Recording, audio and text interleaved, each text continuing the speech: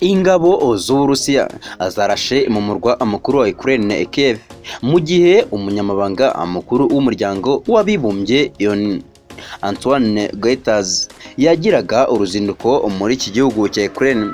Nk'uko Guterres yabitangaje, yagiriye uruzinduko muri Ukraine avuye mu murwa mukuru w'Uburusiya Moscow kuri 27 Mata 2022, aho yagiranye ibiganiro na Perezida Vladimir Putin ku ihagarikwa ry'intambara y'ibi bihugu. Yagize ati, nageze muri Ukraine nyuma yo gusura Moscow, tuzakomeza gukorana kugira ngo twagure ibikorwa by'ubutabazi kandi dushobore gukura abasivili mu bice biberamo intambara nirangira vuba bizabera byiza Ukraine, Uburusiya ndetse n'isi.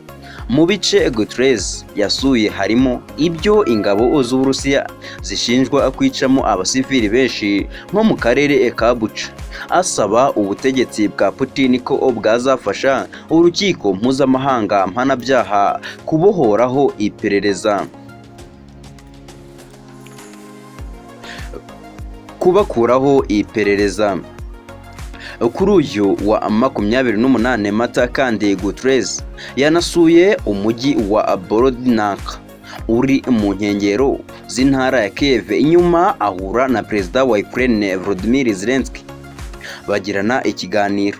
Nyuma y'iki kiganiro, nk'uko France 24 yabitangaje, Perezida Zelensky avuga ko aribwo Uburusiya bwarashe mu majyaruguru y'uburengerazuba bwa Kiev, akabona ko iki gitero cyari kigamije gutesha agaciro umuryango w'abibumbye. Yagize ati, uyu munsi nyuma gato y'ibiganiro byacu byabereye Kiev, misile z'Abarusiya zarashwe mu mujyi Kiev roketi 5.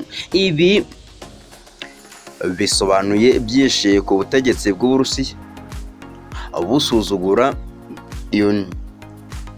na buri kimwe uyu muryango uhagarariye. Hari hagiye gushira ibyumweru 2 Uburusiya butarasa muri Kiev. Urwego rwa Ukraine rushinzwe ibikorwa by'ubutabazi rwatangaje ko iki gitero gishya cyakomerekeyemo abantu 10 bari mu nyubako ebyiri.